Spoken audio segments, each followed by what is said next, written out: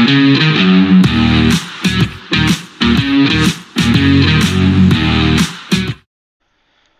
welcome back to the Supercoach Enough channel. In this video we're going to look at the round 2 preview for NRL Supercoach in the 2025 season.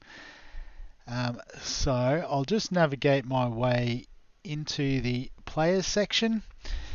So what we like to do with this is we like to look at the most popular trade-ins and trade-outs, give you a bit of a thought on them, and then obviously reveal what I'm doing this week with my team. So we'll start with the most popular trade-ins, and as you can see, the Broncos are very high on the list. So number one, Shibasaki, obviously a cheap centre wing option. I think with a lot of these cheapies, you can have a second look, because the thing is with obviously Shibasaki scored well in the first game alongside these other guys. So this sort of applies across the board, but the averages worked out, or sorry, their price rises are worked out on their 3-week rolling average. So the good score that Shibasaki scored this week will only impact his first price rise. So if he was to say score 20 points this week, yes, he will make some money in the first week, but after that, he might not make so much money going forward. In saying that, I think he will make some money. It's not to say that you shouldn't trade at all this week. You shouldn't do, anything. It's just be mindful that, if a player scored well this week, that does only impact their first price rise. So this is really the week where you want to look for the cheapies that score well, because they'll at least be not guaranteed, but they've got a better chance of 2 good price rises. So just being mindful of that. So yeah, Shibasaki number one. If you want to bring him in, you obviously picked a different centre wing that hasn't panned out. I think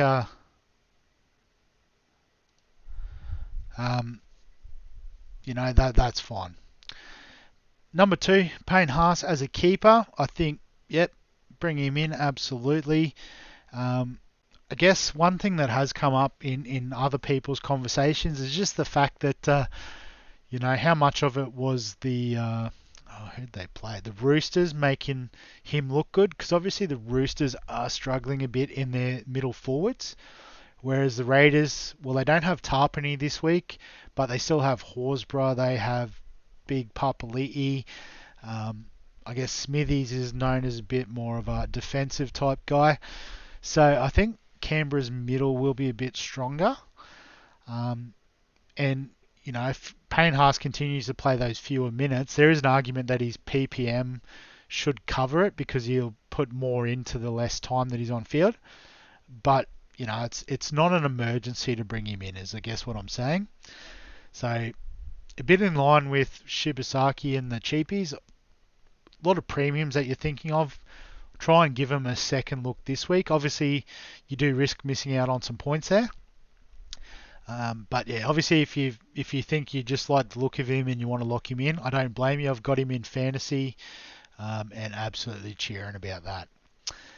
Jack Gudjeski, another cheapie, as I said, just keep an eye out on this week if you can. But I guess if you've got someone like, say, Tuolangi, and you're like, well, this is the obvious option to bring in the guy who's going to make some cash, no, fair enough. I don't blame you for that. Jesse Arthurs, Rob Toya, Tamale. So particularly someone like Tamale, where he might not have a lot of games. I forget if Savage has got a 1 or a 2 week ban. If it's 2 weeks, you would get a price rise, so there's a little bit more in that. But if you bring him in this week and then Savage is back next week and Tamale is the one that misses out, you're then sort of stuck with that rookie not making cash.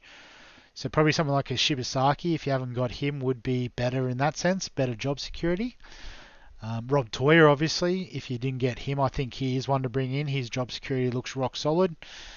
One of the best players. Obviously against Penrith this week, we're not expecting a big score, but he will at least get that one good price rise and then go from there. So then underneath, Tupanua is probably one I would avoid, or I think, to use the terminology I used last year, he is a bit of a trap. Unfortunately, I'm not doing the tops, chops, traps, and slaps this year. Just don't have the time, unfortunately, to put it all together. Not that it was the highest quality production. But, he's coming off the bench as a middle forward. There is a little bit of value there, but I don't know if it's worth two trades because obviously you bring him in now. That's fair enough, but he's not a keeper, so you will want to trade him out at some stage. I don't know if the cash he'll generate is enough to justify those moves. Ethan Strange, I think, is another trap. Obviously played really well on the weekend, and maybe a few people just trying to capture last week's points. That's probably one of the big mistakes that a lot of rookies and maybe even some of us more experienced guys make is we chase the points that were scored last week when we can't get them necessarily this week. And particularly against Brisbane, I think it's going to be a lot harder to score points than what it was against underwhelming Warriors side last week. Homoli Olakuatu obviously looked really good last week, but a bit in line with what we just talked about with Payne Haas. How much of that was not so much Olakuatu being really good, but the Cowboys being really bad? I think, if you are looking for a keeper in the second row, like I guess maybe you've got some cash from a Tuolangi, and perhaps Finifuiaki. I wouldn't trade out Finifuiaki, and I won't be as an owner. You may want to upgrade and downgrade sort of thing. I do like Olakuatu as a pick in the second row. But yeah, I think it's one of those things you can always have another look. I think it's going to be, the Warriors in New Zealand are a different beast to the Cowboys in Sydney. So it might be worth a bit of a look. And Corey Pakes, I guess as a cheap hooker, yep, he should make a bit of money. Obviously cheap. So yeah, I think he's a viable trade in this week. On the traded out list, number one is Luke Metcalf. And I think this is one where if you are looking to trade him out, probably should give yourself a slap. You brought him in for a reason at the start of the year. You saw what he did in the trials or seen what he's done in the past and thought, yes, I'll have a bit of that. All right, sure, it didn't work out in round one, but it is a 27 round season. So I wouldn't be hitting the panic button after one game, which, the Vegas games have their own sort of unique circumstances. And obviously it didn't work out for Metcalf on that day. As I said, Warriors in New Zealand are different gravy. So I'd have another look. He won't lose any value this week. All right, you may potentially lose some points if you have a trade target and it doesn't work out this week, but I guess you'll be kicking yourself if he does bounce back this week. Number two, Uda Ikamanu.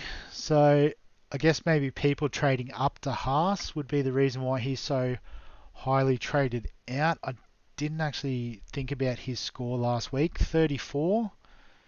How many minutes did he play? So 0.8 ppm. So what's that, about 40 minutes? Here we go. So yeah, 41 minutes. So maybe people thought he was more like a 50-minute type player. And if that was the case, I think it does make sense to trade out.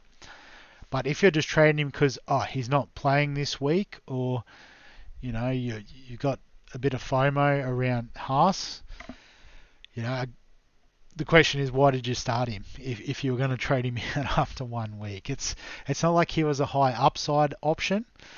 So I think if you're trying to correct, I understand. But if you thought he was actually going to do something this season, again, I don't know why you'd panic after 1 week and you knowing that he was on the bye this week. Tyrone Munro, I think, is a trade out with the injury. That makes sense. So obviously you've got Shibasaki, a couple other cheapies. Absolutely. Chop him.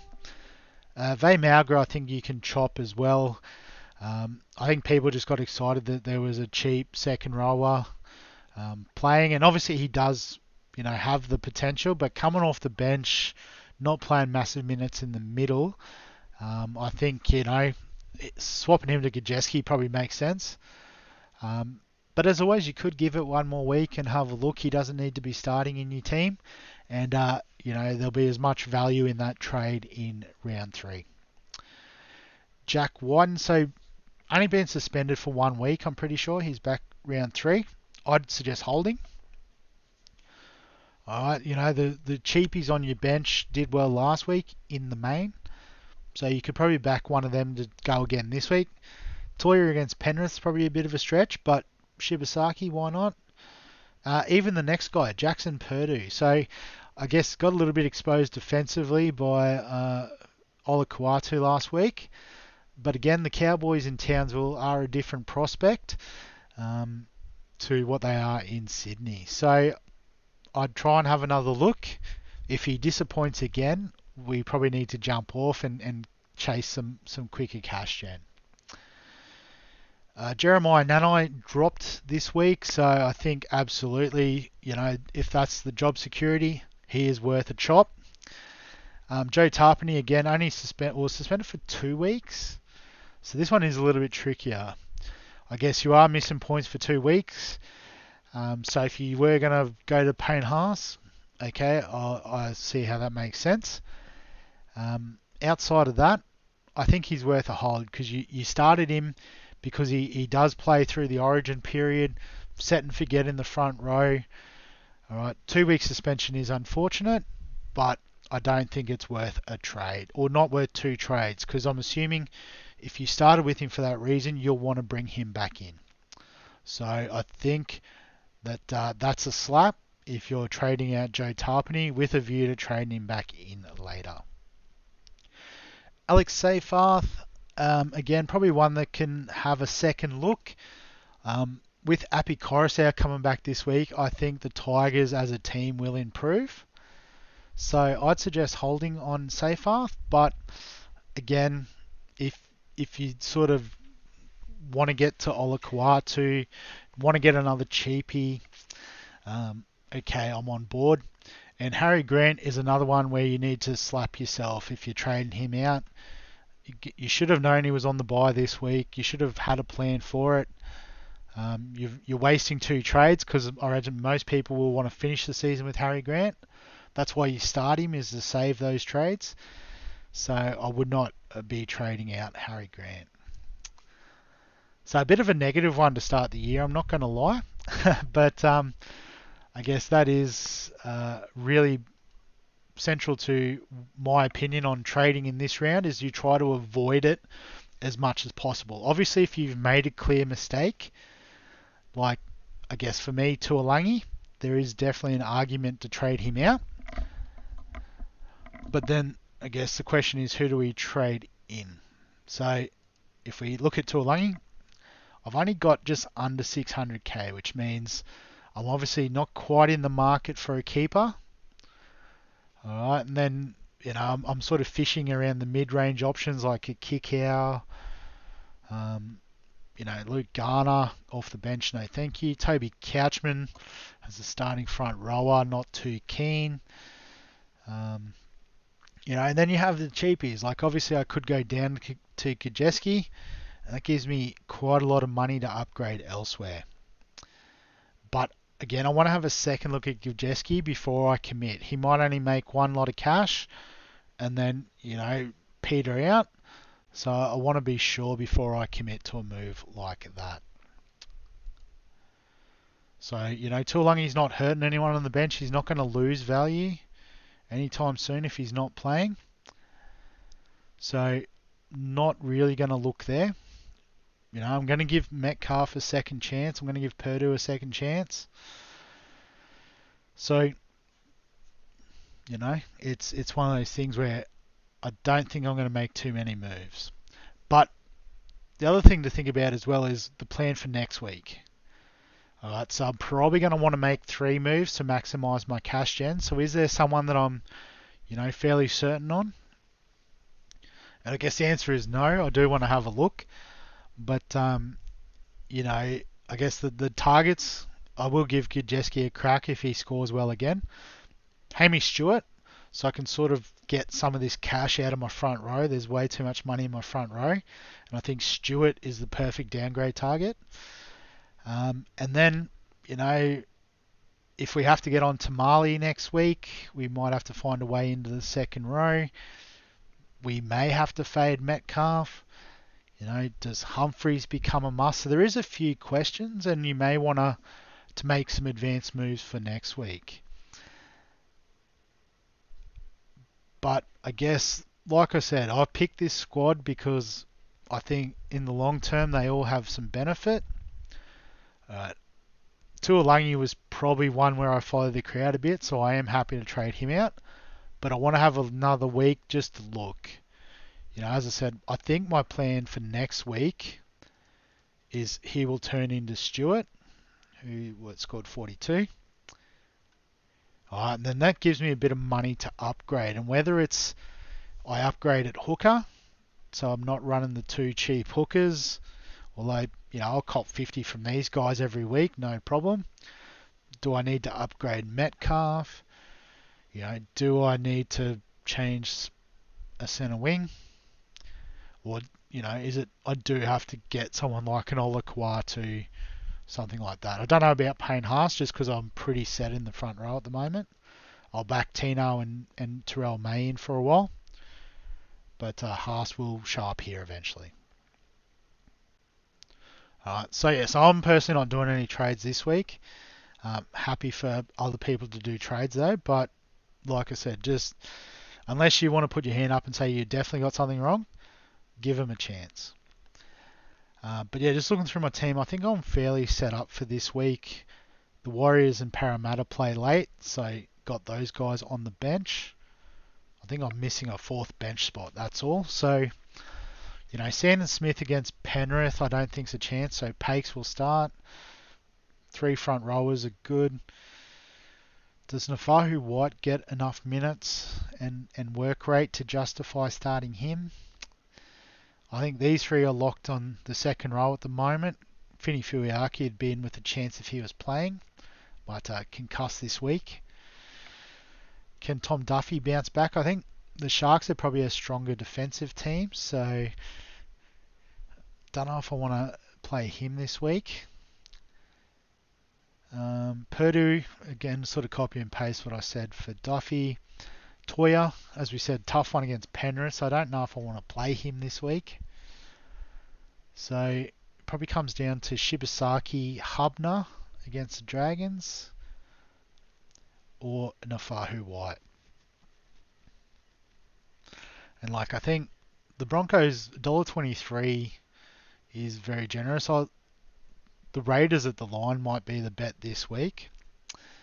But maybe we go for upside. Shibasaki as a 4th reserve. And he does play fairly late in the round, so we don't need to mess around too much there. So then it's just captain, vice captain. So Ponga plays in the first game this week, tonight against the Dolphins.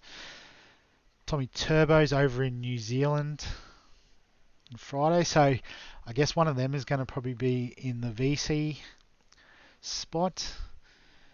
And then, you know, I think Cleary is the obvious captain. Because whoever got late in the round, I guess the Titans, I do have Campbell and Tino, but I am hoping the Bulldogs get them, so not backing them in there. I don't have. If I'd Payne Haas, I think he'd be the captaincy option this week. Would I captain Terrell May against the Eels? I'm trying to remember who the Eels middles are. Let's have a look. So filter players from the Eels that are playing this week. Oh, so that doesn't include the bench. That's a fail. So Junior Polo and Joe O, Jack Williams are there.